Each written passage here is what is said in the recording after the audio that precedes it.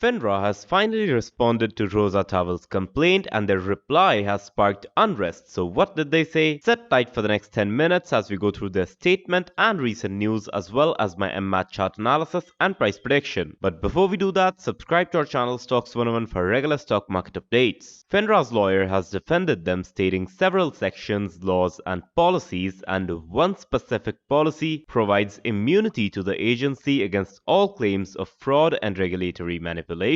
They also said that Roza's complaint did not mention any damages or harm that FINRA caused her directly, and MMTLP holders are fired up on Twitter after reading through these replies, and in our opinion, FINRA has just added more fuel to this massive fire by discarding their complaints. With all that in mind, let's analyze the charts. So as you guys can see right here, we're now in the 1-day chart for MMAT, and as always, we'll first analyze the 1-day chart, then the 1-hour chart, and round it off we'll get the 5-minute chart. But right off the bat, as we always do, we'll first be talking about MMTLP. So what exactly is going on over there? Well, first up, let's quickly talk about FINRA's response, right? In my opinion, this response basically just states something that is, I would say, most of us already know it, but at the same time, a lot of us would rather not acknowledge it, right?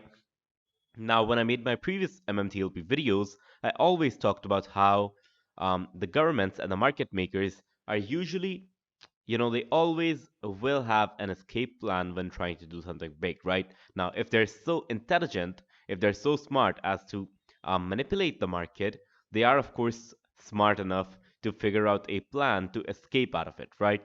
Now, that is, exactly why I personally believe that um, FINRA just took an advantage, right? FINRA just took advantage of a previous fallacy that I've seen, right? What usually happens is that whenever we are signing up for something, whenever we're making it, whenever you're making an account or doing anything, we always tick the terms and condition box without looking at anything, and that is where most corporations, most authorities, most of the world takes benefits, right? That's where most of the world manipulates and exploits you, I believe, right?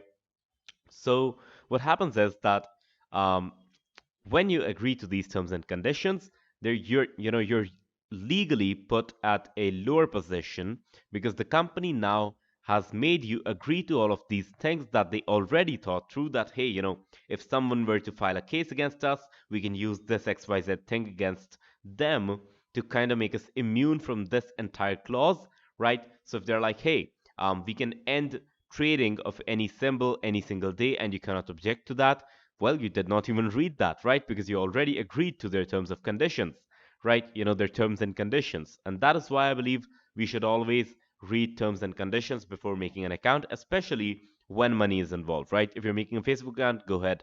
You don't have to read the terms and conditions. But in case you're about to make an account with your brokerage, an account with um, anywhere, right, anything that will make you money, anything that you will put money in, always read the terms and conditions before putting money in there.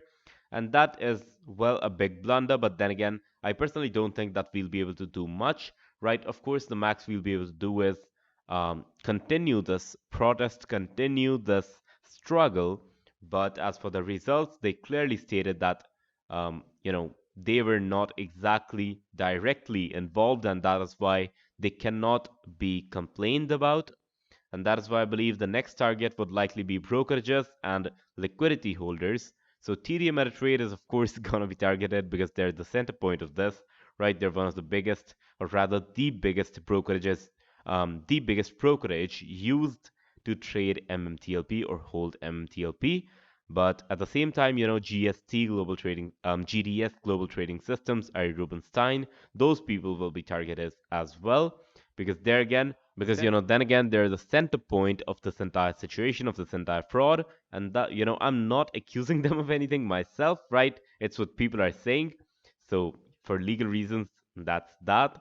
And at the same time, now we'll come back to MMAT with just one note. I personally think that MMTLP holders should get justice, but at the same time, talking about it on Twitter will not get us justice, right? A protest was planned for 3rd of January, which recently I got to know that it did not even happen because I asked you guys in my last video as well if it happened or anything, right? since I wasn't able to find any details on Twitter about it. And most of like I got no comments about that, right? So if any one of you watching right now knows anything about that, comment down below. But I personally think that it might have been gotten postponed or canceled since we did not get any tweets about the protest anymore. So then again, that's another problem. That's another problem on our side, right? But anyways, coming back to MMAT, I personally am expecting a lot of volatility on Monday, and why is that so? We just got a crazy inside candle. What is an inside candle? A candle where you get a slim body, right? Well, never mind. Where you get a really closed up body, a really tightened up, squeezed up body, and two really long wicks on both sides, right? Or rather, one really long wick on both sides.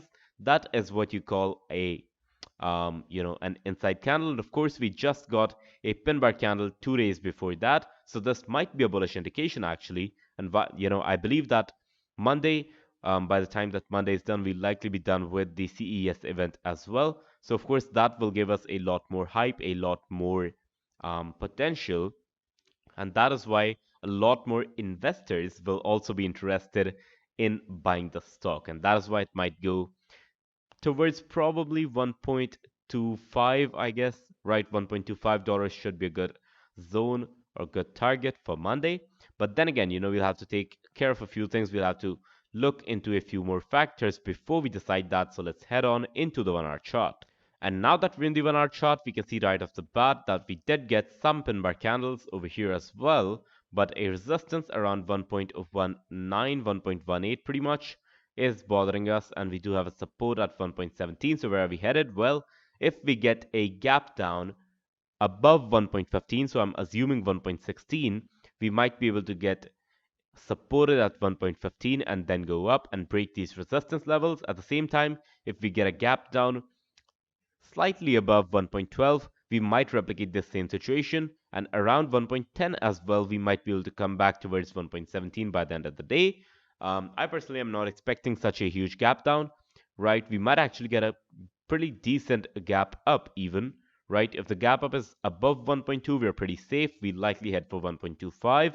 But if it's below 1.2, then we might actually turn it into a bearish trend. And why is that so? And I'll tell you guys that in the 5-minute chart. Yeah, so as you guys can see right here in the 5-minute chart, we did get a gap down over here after, 5th January's trading session, after Thursday's trading session. We traded around 1.17, around 1.16, and after that we got a gap down slightly above, or rather just on the $1.15 support, and this is the problem, right? If you get a gap down slightly, or rather not even slightly adjusted, but exactly on the support, you will fall in the first few candles. But if you fall in the first few candles, you will likely get a pullback, right? So the first few candles determine your entire day's performance. So if you're getting a good loss in the first few candles, it might actually translate to a big upside towards the end of the day. And we can see that it happened, right?